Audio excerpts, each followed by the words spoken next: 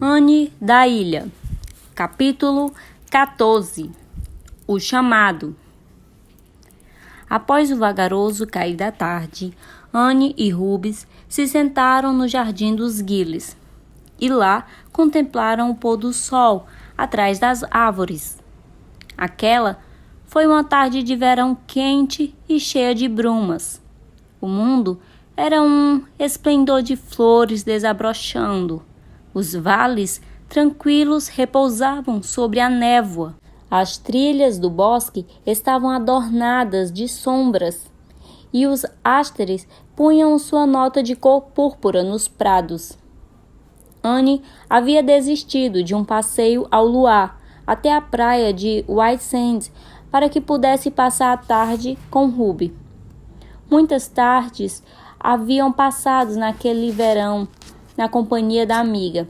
No entanto, questionava-se frequentemente se essas visitas faziam bem para ambas, de modo que várias vezes foi embora decidida a não mais voltar.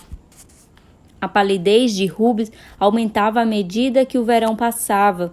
Aquela intenção de lecionar na escola de White Sands ficava para trás, uma vez que seu pai preferiu que ela não trabalhasse até o ano novo. Seus amados trabalhos de crochê caíam cada vez mais de suas mãos, que ficavam muito fracas para segurar a agulha. Contudo, Rubens parecia sempre alegre e esperançosa, enquanto falava sobre os seus pretendentes, suas rivalidades e suas angústias, sendo exatamente isso que tornava as visitas de Anne ainda mais difícil. O que algumas vezes havia sido tolo ou divertido, agora tornava-se trágico. Era a morte espiando através de uma teimosa máscara de vida. Ainda assim, a enferma amiga parecia agarrar-se ainda mais a Anne, nunca deixando-a partir sem a promessa de uma próxima visita. A senhora Lynde resmungava por causa das frequentes visitas de Anne, declarando que a jovem acabaria por contrair aquela mortal doença também. E até mesmo Marilla passou a acreditar nisso. Todas as vezes que vai visitar Rubens, vejo você voltar para casa com este ar de cansaço, ela comentou um dia. É tão triste e assustador, disse Anne em voz baixa. Rubens não parece ter a mínima ideia da gravidade de seu estado e, ainda assim, sinto que ela implora por ajuda. Eu quero ajudá-la, mas não sei como. Durante todo o tempo em que estou com ela, sinto como se a estivesse observando lutar contra o inimigo invisível. Ela tenta derrotá-lo com a pouca força que lhe resta. Talvez seja por isso que volto para casa tão exausta. Contudo, naquela noite, Anne não a viu lutar com tanta intensidade. O silêncio de Rubens estava de se estranhar, pois ela não pronunciava uma palavra sequer, nem sobre festas, passeios, vestidos ou rapazes. Usava um chale branco em torno de seus magros ombros e estava reclinada na rede. Ao seu lado havia um crochê intocado. Suas longas tranças louras, as quais Anne um dia invejara nos tempos de escola, caíam dos dois lados sobre o peito. Havia tirado os grampos, pois afirmava que estes lhe davam dores de cabeça. Sua face corada desaparecera por ora, tornando seu rosto pálido e infantil. Surgia no céu uma lua prateada, a qual conferia às nuvens ao redor um brilho perolado. Logo abaixo, o lago refletia a imagem trêmula, com um brilho indefinido. Um pouco além da fazenda dos Gillies, localizava-se a igreja e logo atrás um velho cemitério. O luar destacava-se as lápides brancas, as quais tinham seus contornos salientados nas sombras das árvores logo atrás. Não havia reparado, mas o cemitério fica tão estranho sobre a luz da lua, exclamou Rubens de repente. Que fantasmagórico, acrescentou, estremecendo. Anne, você sabe que agora não falta muito para que eu esteja enterrada lá. É tão injusto. Você, Diana e as demais andarão pelo mundo cheio de vida e eu estarei lá, no velho cemitério, morta. A confissão feita por Rubens deixou Anne totalmente surpresa e confusa. Por alguns instantes, ela não conseguiu pronunciar sequer uma palavra. Você sabe disso, não sabe? Perguntou Rubens com insistência. Sim, eu sei, respondeu Anne em voz baixa. Querida Rubens, eu sei. Todos já sabem, prosseguiu amargurada. Eu sei, soube neste verão, mas não queria me resignar. Anne. Ela estendeu o braço e agarrou, suplicante, a mão da amiga, impulsivamente.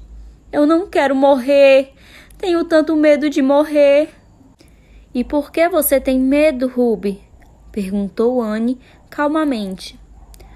Por quê? Não tenho medo de morrer, mas de ir para o céu, Anne. Sou membro da igreja. Mas tudo será tão diferente. Eu penso e fico tão assustada e com saudade de casa. O céu deve ser lindo, é claro. Ao menos a Bíblia assim o diz, mas, Anne, não será como eu estou acostumada. Na mente de Anne, veio-lhe uma intrusa lembrança de uma história engraçada que ouvira de Philippa Gordon. A história de um velho homem que disse exatamente a mesma coisa sobre o mundo por vir. Naquele momento parecera engraçada e lembrou-se de como ela e Priscila riram disso.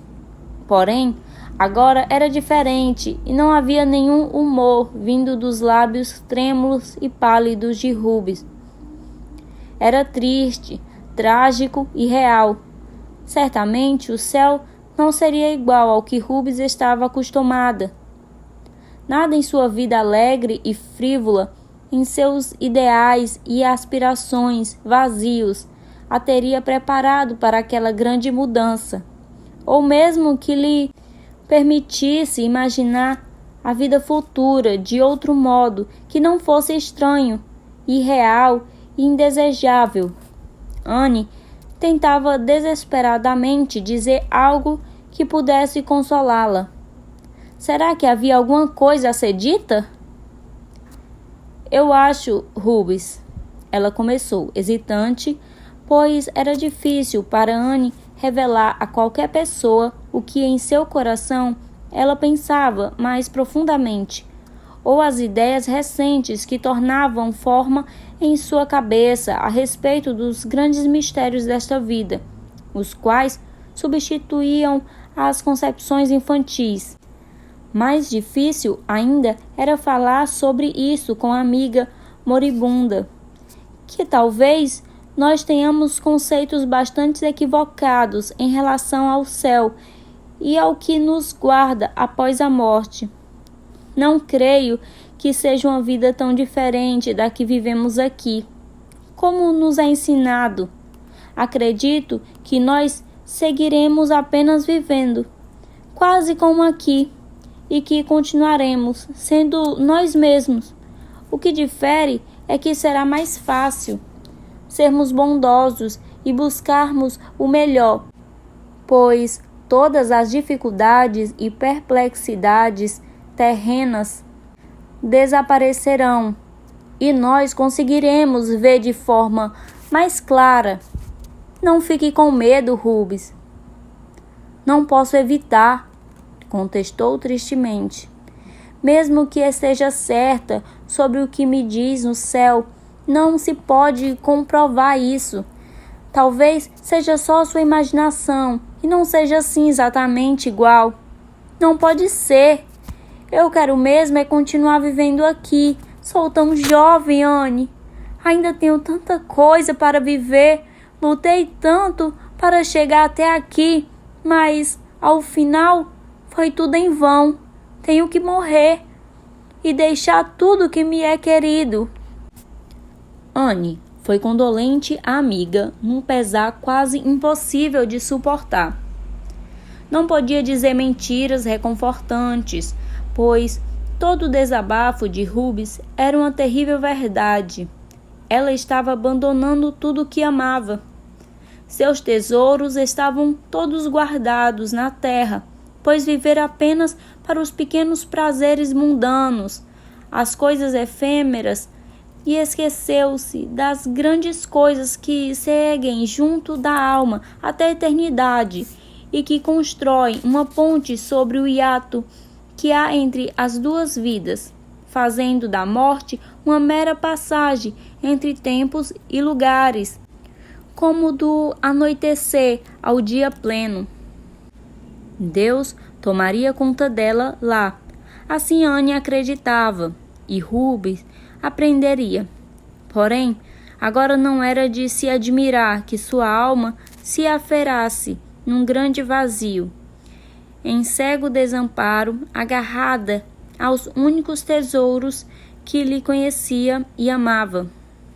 Naquele momento, Rubens, como em suplício ao divino, apoiou-se num braço e ergueu ao céu enluarado seus belos e brilhantes olhos azuis. Eu quero viver, disse com embargo de voz. Quero viver como as outras garotas e me casar, ter filhos. Você sabe, Anne, o quanto eu sempre adorei bebês. Eu não poderia dizer isso a mais ninguém, mas sei que você entende. E o meu pobre e querido Herbert, ele me ama. E eu a ele, Anne. Ele significa tanto para mim como nenhum outro significou. E se eu pudesse viver, eu me casaria com ele e seria a esposa dele. Eu seria tão feliz. Ah, Anne, como dói, como é difícil. Afundando-se no travesseiro, Rubens chorou convulsivamente. Foi então que Anne apertou sua mão com agoniada e silenciosa compaixão e condolência, o que pareceu tê-la ajudado mais do que qualquer palavra antes dita, porque aos poucos ela foi se acalmando e cessando os soluços. Estou muito aliviada por ter dito isto a você, Anne, sussurrou. Colocar isso para fora em voz alta já me ajudou muito. Durante todo o verão, eu quis conversar sobre esse assunto com você. Todas as vezes que você vinha, eu tentava, mas não conseguia. Pensava que iria tornar a morte mais certa se eu falasse sobre ela, ou ainda que qualquer outra pessoa falasse ou desse a entender. Durante o dia, não ousava falar e nem sequer pensar nisso, enquanto havia pessoas à minha volta. Tudo estava alegre. Não era tão difícil evitar pensar, mas na solidão da noite, quando eu não conseguia dormir, tudo ficava tão assustador, Anne. Não havia escapatória nesses momentos, pois a morte vinha e me encarava, olhando-me direto aos meus olhos. Eu ficava tão apavorada que poderia até gritar de medo. Mas agora o medo já passou, não é, Rubens? De agora em diante, você será corajosa e vai acreditar que tudo ficará bem. Vou tentar, eu prometo. Vou pensar em tudo o que você me disse e tentarei acreditar. E você não deixará de me ver sempre que puder, não é, Anne? É claro que não, querida. Sinto que agora não vai demorar muito, Anne. Estou certa disso. E é você quem eu gostaria de ter ao meu lado neste momento. Você é a amiga de quem eu sempre mais gostei, mais do que qualquer outra colega da escola, pois nunca foi invejosa nem cruel, como algumas outras. A pobre Emma White veio me ver ontem. Lembra-se de que ela foi a minha melhor amiga durante 3 anos quando estudávamos juntas? Nós tivemos uma briga na época do concerto da escola e desde então nunca mais nos falamos. Foi uma grande tolice. Tudo agora me parece tão tolo e trivial. Mas Emma e eu resolvemos a velha disputa ontem. Ela me disse que teria voltado a falar comigo há anos, mas imaginava que eu não voltaria a falar com ela. E eu pensava a mesma coisa. Nunca mais falei com ela porque estava certo de que ela não falaria comigo. Não é estranho essa falta de compreensão que existe entre as pessoas, Anne? Você tem razão, Rubens. Eu acho que grande parte das confusões da vida advém de incompreensão. Preciso ir agora. Está ficando tarde e você também não deveria ficar exposta a essa umidade. Você voltará logo para me ver, não é? Sim, voltarei em breve.